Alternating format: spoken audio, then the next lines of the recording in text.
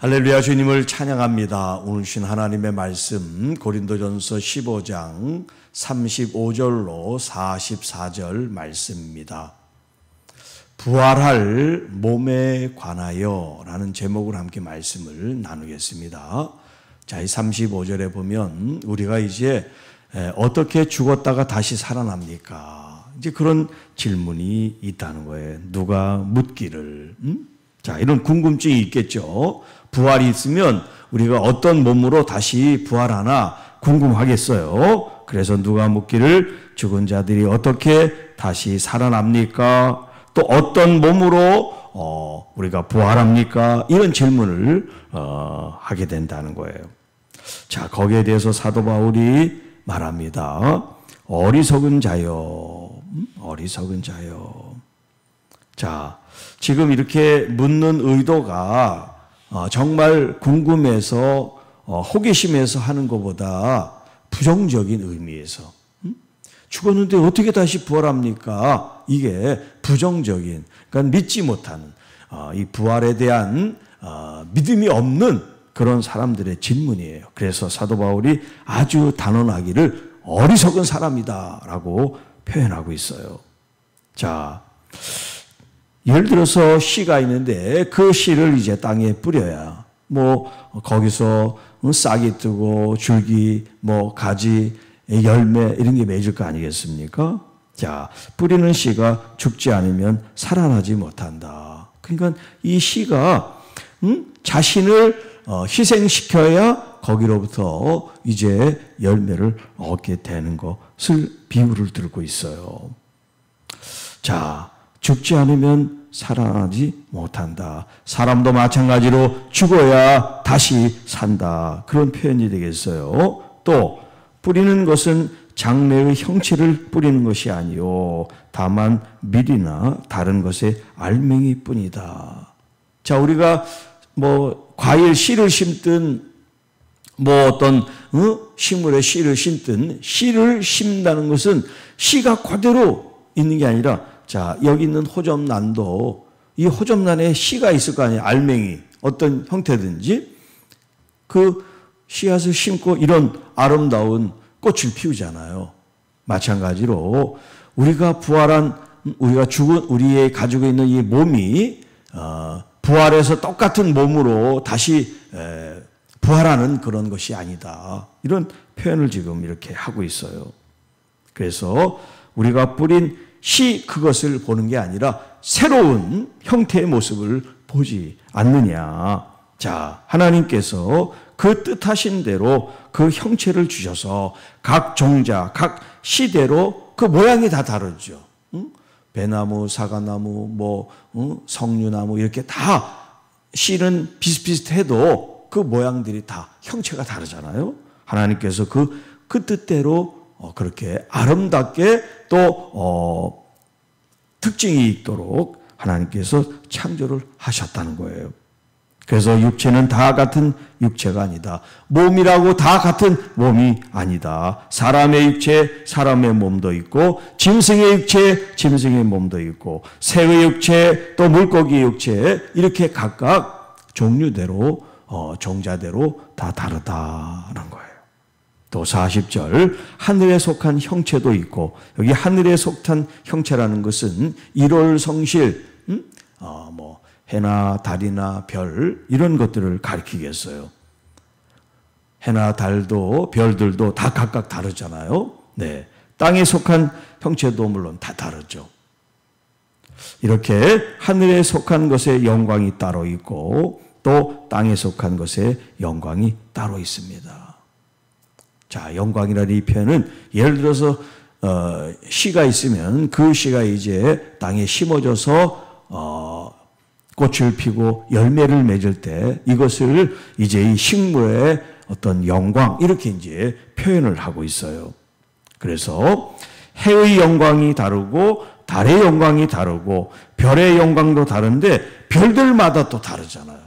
북극성이 있고 무슨 별이 있고 이름을 붙입니다만 이렇게 별들이 수만 가지가 있는데 그 별들이 다 반짝거리는 정도가 다 다르단 말이에요.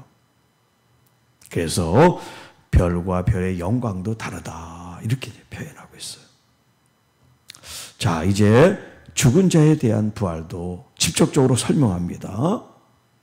42절 죽은 자의 부활도 그와 같으니 썩을 것으로 심되. 썩을 것으로 심다는 것은 우리의 육체는 여러분 영구한 게 아니잖아요. 우리 육체란 우리의 몸, 육체 바디는 마치 썩어지는 씨처럼 우리의 몸도 썩게 된단 말이에요. 죽어서 다 없어지잖아요. 네. 그래서 자, 죽은 자의 부활도 그와 같으니 썩은 것으로 심고 썩지 아니할 것으로 다시 살아납니다. 비록 우리의 육체는 죽어서 없어지지만 우리가 다시 부활해서 다시 살아났을 때 그것은 썩지 아니할 것으로 살아나는 것 같습니다. 자, 욕된 것으로 심고 영광스러운 것으로 다시 살아납니다. 우리의 육체는 한계가 있고 또 썩어질 그런 흙으로 와서 흙으로 돌아가는 것처럼 여기 욕된 것으로 심고 다시 영광스러운 우리가 부활했을 때는 그 이전에 우리가 가졌던 이 흙으로 빚어진 육체가 아니란 말이에요. 그래서 영광스러운 것으로 다시 살아나며 약한 것으로 심고 여러분 우리의 육체가 얼마나 약합니까? 조그만 질병에도 우리가 힘을 쓸 수가 없는 그런 연약한 존재란 말이에요. 그래서 약한 것으로 심고 강한 것으로 다시 살아난다. 이제 부활한 몸은 썩어질 것이나 약한 것이 아닌 새로운 형태로 하나님의 뜻에 의해서 변화됩니다. 자, 그래서 44절 육의 몸으로 심고 신령한 몸으로 다시 살아나나니 육의 몸이 있는 즉 영의 몸도 있습니다. 물론 지금 쭉 이제 우리가 어떤 몸으로 다시 부활합니까? 이런 질문에 대해서 어떤 모양을 그려서 구체적으로 뭐다 이렇게 설명을 할 수가 없어요. 그러나 분명한 것은 육체가 육의 몸이 있는 것처럼 이 부활한 영적인 이것도 몸을 갖고 있는데 우리가 생각하는 것처럼 이런 몸이 아니라는 거죠. 왜? 영과 육은 다르니까. 영과 육은 다르니까 지금처럼 우리가 죽으면 또 이런 모습으로 다시 부활하나 그렇게 생각하는 것 자체가 어리석은 것이다. 그래서 여기 이제 영의 몸이라는 표현을 했지만 육의 몸은 육적인 형태는 다 눈으로 우리가 확인하고 볼 수 있지만 영 자체는 볼 수가 없잖아요. 그러니까 영의 몸도 우리가 볼 수 없는 거죠. 어떤 형태로든 영의 몸이 우리가 부활한 몸이 있긴 있지만 그것을 우리가 묘사할 수가 없어요. 영적인 거기 때문에. 그래서 여기 육의 몸이 있은즉 또 영의 몸도 있다. 이런 표현을 이제 하고 있습니다. 자, 오늘 이 35절로 44절에 있는 말씀, 죽은 자들이 어떻게 다시 살아납니까? 또 어떤 몸으로 다시 오겠습니까? 자, 우리가 미래에 대해서 궁금하고 또 호기심이 생길 수 있지만 성경이 말씀하고 있지 않은 내용들을 우리가 자꾸 궁금해하고 알려고 그러면 문제가 생겨요. 왜? 성경이 말하고 있지 않은 걸 자꾸 우리가 답을 찾으려고 그러면 다른 데서 자꾸 이렇게 답을 구하는 그런 모습이 되기 때문에 우리가 성경 아닌 다른 곳으로 우리의 관심과 생각이 나가게 된다는 거예요. 그래서 성경에서 말씀하고 있는 그 한계 속에서, 왜냐하면 우리에게 필요한 말씀을 주신 거지, 여러분 우리의 궁금증을 다 해소하는 게 성경이 아니란 말이에요. 그렇기 때문에 성경 안에 여러분의 마음을 모으는 것, 성경 밖에 자꾸 생각을 하는 것이 아니라 성경 안으로 여러분의 생각을 모아서 하나님께서 주신 이 말씀을 잘 소화하고 또 여러분의 것으로 삼는 그것으로도 충분하다는 거예요. 우리 신앙생활에 전혀 문제가 없어요.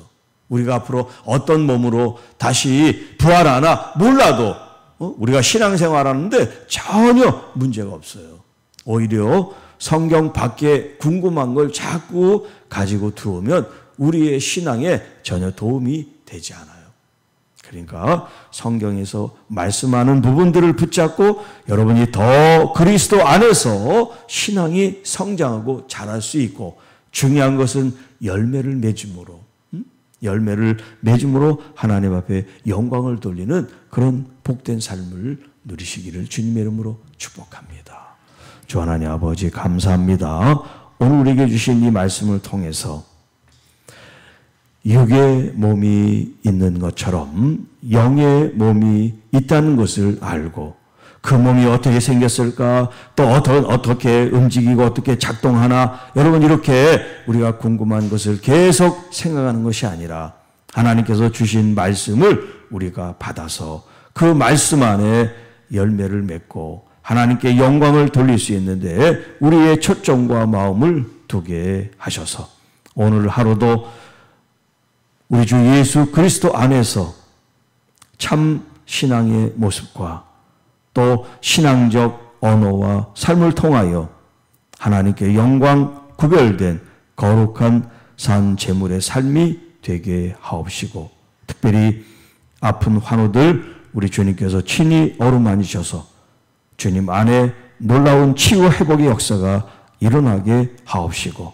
또 우리 성도들의 각자 기도의 제목과 또 교회가 주님 지향하는 기도의 제목들을 서로 공유하고 또 함께함으로써 하나님 나라의 영광을 위하여 쓰임받는 우리 모두가 되게 하옵소서. 이 모든 말씀 우리를 구원해 주신 우리 구주 예수님의 이름으로 기도하옵나이다. 아멘.